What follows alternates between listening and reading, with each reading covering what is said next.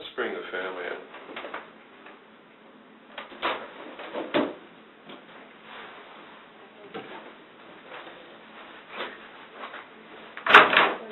Hi, I'm sorry to keep you waiting. Please come in.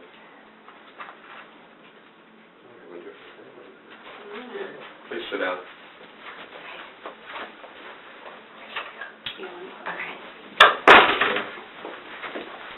It's a little unclear to me if you all have met, whether we need to introduce ourselves.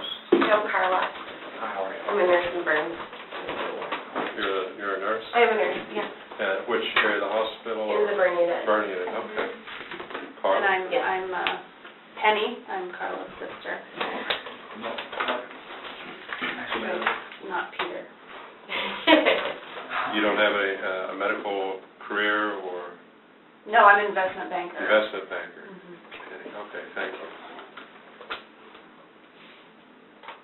And let me just explain quickly my role here and kind of what this meeting is about as far as I know, and you guys correct me. Your mother's been in the ICU about a week. She's intubated. But my role is to try and see if there seems to be an impasse or a conflict here about what should be done about her treatment. And my role as an ethics consultant is to try and help the parties, the medical team, and the family to try to come to some understanding as to what needs to happen over the next few days. If there's an ethical conflict here, to see if there's some way to work that out. So I don't make a decision for anybody. I'm not a decider. If anything, I recommend the process and hope everybody gets on board and try and clarify issues and make recommendations to the medical staff and to the family. Is that pretty clear what my role is? Mm-hmm. Okay. Let me ask you ladies, is there anybody here who should be here to help you make a decision, or are you two the ones who are deciding for your mother? We're it. Yeah. Okay. Yeah, our dad is not alive, so CP. What's your understanding of your mom's medical condition? Well, I understand that she had a stroke, and that the prognosis is looking pretty poor, actually. So I'm very concerned because, you know, I've been very close to Mom. I know you live out of town, and I know it's hard for you. I'm not going to judge you or blame you, but for me, she made it very clear that she wouldn't want this. So I'm really concerned about prolonging her life, and we don't even know if she will survive this or where she'll be when she comes to. So I'm concerned that we're prolonging the inevitable, and then even if she comes to, you know, what kind of life will she have? What kind of quality of life will she have? And I'm just afraid that she'll be mad at us and resent our decision-making when we're in an opportunity to help her. Okay. Penny, do you have any? Well, I'd like to hear from the doctor, actually. I mean, obviously my sister and I talk regularly, and, you know, I get updates on my mom, but since she's been in hospital, obviously I can't get updates from her, and, you know, I'm not a medical person, so I'd like some detail and an explanation of her condition, you know, over the past week, and then how she's doing today. As well as the options from the medical point of view. Okay, Dr. Murphy, do you mind? Well, as you probably know, the patient, well, your mom was transferred from this other institution to our institution for further care. She was unfortunately found with a 7-centimeter stroke in the right hemisphere, which is for good or for bad, is the non-dominant hemisphere. And that will change the way that we approach this case. However, the extension of the ischemic area, the extension of the stroke is pretty significant, and she was intubated just for airway protection prior to get transferred over here. She's now, with the ventilator. She's ventilator dependent so far. She's on sedative medications because of the breathing tubes to keep her comfortable. And we had one of our neurosurgeons taking a look at the case and discussing options with us, and to see if there was any benefit of I would say a decompressive craniotomy, which is a surgery to relieve the pressure that the ischemic stroke causes against the skull, but that was not the best therapy that she was going to need. So that option was not good in this case. So we decided to continue all our medical care. Excuse me, is there any significance to the fact that it's an ischemic stroke? Any medical significance? Yeah, what does that mean? There are two types of a stroke, basically. The word stroke is an insult to the brain tissue, either because of the lack of blood flow, and then, of course, lack of oxygen. So that one is an ischemic stroke, which is the insult that the brain suffers when you don't have oxygen and blood to supply all the neurons. Sometimes the vessel that supplies the same area just blows up, or because of a peak of blood pressure, or another type of mechanism, and at that point you don't have a lack of blood supply, you just have a hemorrhage within the area. So that's the other type of stroke, and the management is different. So she has the lack of oxygen one. Yes. But only to part of her brain. To the right part of the right hemisphere. Okay. And can you tell yet what symptoms that would show, what part of her body would be affected from that? Well, we are crowd-wired, so all the left part of the body is controlled by the right hemisphere. So if the right hemisphere gets affected, you wouldn't be able to move, you wouldn't be able to feel sometimes a stimulus on the left side. So probably she's going to end up with something called hemiparesis, which is a paralysis of the left side of the body because of the right side is affected. Do we know that has happened, or is that something that just often happens? Do we know that in her case? That's been seen in the images. Okay. Yeah. What does it mean for speaking and swallowing and those other things? So, well, the swallowing is something that the swallowing part, the swallowing process is something that we will have to evaluate either by a higher function of higher level of consciousness, and also by a lower level of blood supply at the level of the pons, which is not affected in this case. So she theoretically should be able to swallow. But if she's not conscious enough, the swallowing process could be fine, but she wouldn't be able to realize that she has to swallow. Because she might choke. Yes. And then aspirate and have pneumonia. Right. And then get a feeding tube. Okay, let me clarify something for my sake. You said a few minutes ago, I believe, that you thought her prognosis was pretty poor. But in my conversation with Dr. Murphy, I didn't get that same impression, so I'd like to clarify that. What is the prognosis, or what is, in your opinion, is the prognosis right now? Well, right now she lives alone, and she gardens, and she's able to do a lot of things completely I independently. understand she was very active. So I'm interested to know, what do you imagine? I know you're predicting, and we're asking you to do something hard, but... Well, I have to be honest with you. And I imagine as I said, she's going to have a left-sided paralysis. So she's not going to be the active person she was before. Can she live independently? Or she'll need to be in a home of some sort? She wouldn't be able to ambulate at least for some months because of the left side paralysis. So she would need some sort of comprehensive rehabilitation initially. The speech area is on the left side of the brain, so that area is okay. So at some point, she would be able to communicate. And yell at us for making this decision. Well, maybe not, but at least she'd be here to yell. I mean, otherwise that's it. I know, but how do we afford to have someone in the house? I mean, I can't do it. You work, I work, we have family. The money's not the issue. I can pay for that. You know, that's the least I can do. You know, I know you're here with her all the time, and you know the burden of running around and going to appointments if she can live on her own. But I mean, I think we should give her the chance. I just don't think she would want this. I think she'd be really unhappy. I don't know. How do you decide? Yeah, that's a good question, and that's something that we need to talk about. In fact, I'm glad you asked that. How you guys decided is something I can provide suggestions for.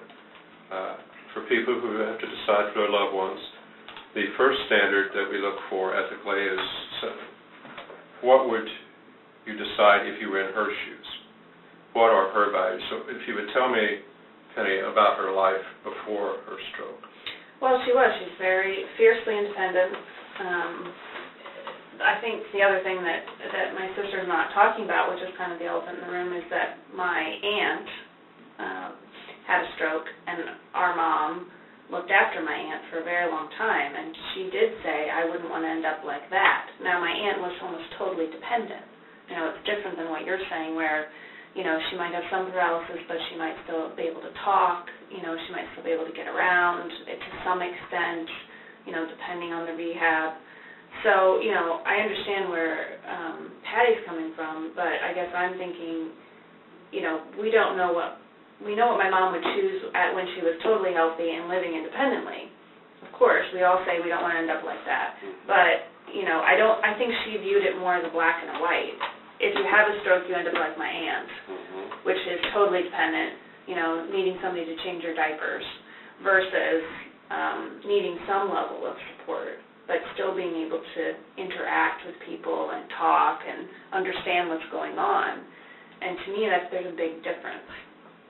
So I'm just a little more hesitant to say, let's pull the plug now and let her go, given we still don't really know, you know, what her recovery would look like. We can project, but she is very independent. She might yell at us, but I'd rather she yelled at us than, you know, you say pull the plug and then there we go. That's it. It's such a gray area. It's so hard, and this is speculation. I mean, medicine. Yeah, I know. Let me back up just a little bit. Did your mom feel connected to a particular religion, faith? Yeah, she's Catholic. Catholic? Yeah. Okay. Has she been able to be a part of a particular parish in the last year or two? Okay. Yeah. Yeah, she was very connected to the parish, and they helped with my aunt too, and people in the church were supportive. And what kind of activities did she participate in typically? She volunteered in the community. She was involved with the church. She would read at the library. She would garden in the yard. You know, she was very active, kept busy. Hobbies? Drove. Yeah, she drove. Book club, she liked to read. What else?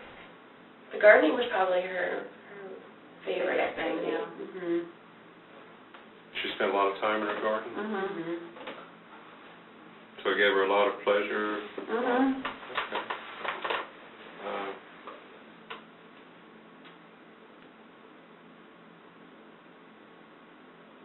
Other than that experience with the aunt, were there any other experiences where end-of-life topics would have come up that you can remember? We didn't really talk about it. Okay. We really just didn't. I don't know. I think with our aunt being so ill, she just was put in that position. She had to do it, and she did it because she loved her sister. And then she did. She kind of just said, I would never want to be like this. Yeah. And I just think I'm afraid that if we do this to her, she's going to resent our decision-making, and that's my concern, is she'll never forgive us. And that's something that would be really hard to live with. Okay. Let me just remind you that I understand your feelings and fear, and you don't want your mom mad at you. Nobody does. Yeah. But the question really is, what would she decide? If she was sitting where you are, deciding for herself, if she was able to sit up in bed and talk, what do you think she would decide? And let me try and clarify something that may help out here. A couple things. Did she have advanced directives? I mean, well, No. okay. I want to verify that because we weren't aware of any. But sometimes nothing. they're at home and No. family hadn't brought them. Just yet. that, throwaway comments about my aunt Okay. really is the extent of it. And obviously when my dad died, but, other than that, we didn't, she was focused on life. She wasn't thinking, of course, that anything like this would happen to her. Sure. It's improper to talk about death, we just didn't talk about it. Yeah. Just really didn't. I have a really vague question, but I think it's important. What do you think gave her life meaning or purpose? I feel like it was her independence. I think she really enjoyed, taking life by, Okay. by the horns. I really think that was her passion. Okay. So let me clarify something medically, Dr. Murphy.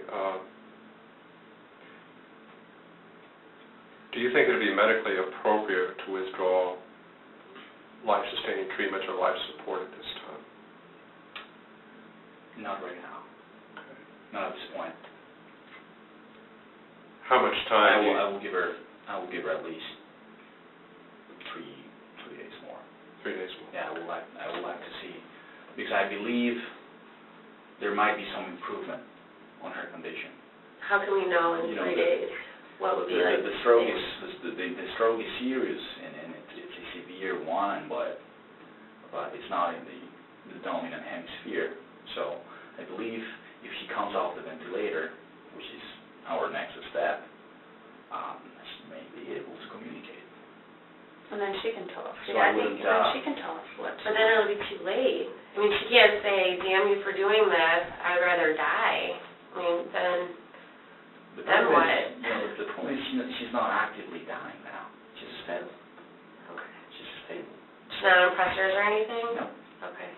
No, she's So it's just the ventilator and what else? The ventilator was, the mechanical ventilation, that the breathing support was initiated just because the patient was going to be transferred. Right. Not because her we lungs need it. weren't working. Was she communicating before the ventilator? I don't think so, because her mentation was affected, of course, because of the stroke. So if we turned off the sedation, what do you suppose we could gain? Could we communicate with her then and see if she could signal or write something? Or We could, we will turn off all the sedative medications, and we will see we will try to evaluate if she's able to follow commands. Okay. If she understands this. What if she doesn't? Well, Couldn't we revisit this issue then, whether you withdraw life support? yeah, I mean, theoretically, because of where the lesion is, she should be able to understand this. So that's my hope. And you're talking about doing that today or doing that in 3 days, waiting 3 days? Sometimes the patients are not waking up because there are too much inflammation in the brain and there are circulating substances. So the level of consciousness is still impaired. Sometimes the sedation needs to wear off completely, and sometimes it takes us more than 1 day. So that's why we try to obtain these parameters on a daily basis to see if the patient is able to come off or not. If after 3 or 4 attempts, and that will mean 3 or 4 days, if she's not able to, at that point I will have to talk to you again, and I will tell you the truth. I will tell you she's not doing anything for us. She's ventilator dependent at this point completely. She's not able to breathe on her own, even when she's off the medications. So we need to discuss. So why can't we do that? Why can't we agree on that? Let me add something too that might be helpful. What I'm hearing is both of you feel like you don't have enough information about what she would choose for herself. You do have that one statement that was very strong, but there is concern that she didn't envision this situation exactly. Well, she did kind of, but it's not different. enough information. It's different kind of stroke than Auntie had. Right. Okay, so if you ethically, if decision makers don't have enough information to decide as if they were her, then the question becomes what's in her best interest. And it sounds like you're saying, and correct me, Dr. Murphy, if I'm wrong, it will be a little easier. You'll have more information to decide what's in her best interest in 3 or 4 days. Is that correct? Absolutely. Okay. Does that make sense? I think I understand. So we would maybe revisit this conversation in 3 or 4 days. Exactly. Based on what you can gain medically. Yeah. In her response. Medically, clinically, she's stable at this point. Okay. So she's not, as I said, she's not dying right now. So to remove her tube, she could die. She may not breathe on her own. Yes. Okay. That's what happens. Okay. And that would give you 3 or 4 days to think about what would be in her best interest. Talk to anybody that you rely on for counsel. My sense is everybody around this table wants what's best for her. And you certainly want her to be as independent as possible and have no regrets. You don't want any regrets. You don't want her getting upset with you. I understand that. You also share the same things, my understanding. You don't want to act prematurely. Yeah, I don't want to kill her. Yeah. But just because we can do something doesn't mean we should. And I think that that's the line that we have to really be aware of. Yeah. You know? Yeah. That's just my feeling from Mom is, you know, not every medical intervention is the best for everybody. Have you seen that from your own experience in Yeah. your unit? Yeah, I really have. Yeah. But I just don't think, I mean, I know you've been involved and you're a nurse and, sometimes you think you're a doctor, but, I think that, we have to listen to the kind of medical folks who are taking care of her, and they're saying we can't tell yet. We don't know which way she's going to go. She could get better. She might be able to come up the vent. And, I agree, Mom doesn't want to be in a nursing home, in a wheelchair, and all of that. I feel like if we stop everything now, we're killing her. I can't live with that. So do we have a consensus that in let's say 4 days, in case the sedation wears off more slowly, we'll meet again 9 o'clock here, and we have your phone numbers, I believe, in the chart in case. Now, can I be her power of attorney? Can I make all the decisions since we're closer? I can't. You can't just say I'm the power of attorney. Well, I'm just asking because I feel like I know her better. I just want to make sure. No. If she had filled out a medical power of attorney before she had the stroke, she could have appointed anybody, both of you, a friend, her priest, anybody. Okay. But since that didn't happen, it needs to be a joint decision. Just because you're and it here needs to more be shared doesn't with mean she's your closer to you. You don't know what to talk about. Shared with your attorney, not your physician. We're closer. So we agree we'll meet in 4 days. My sister always thought she was the favorite. True, Roger. So we have an agreement at meeting again in 4 days. I think it's fair. I think it's reasonable. I'm not happy, but I think it's probably the best. I understand your concern that you want to make her suffer, but you also, I'm sure you don't want to see her dying. Of course not. Of course not. And you don't want to feel bad after it. So I think it's appropriate at this point to give her the chance. And if she does not if she doesn't make any improvement at that point, we will let it go. Okay. Okay. Thank you all. Okay. Thank you.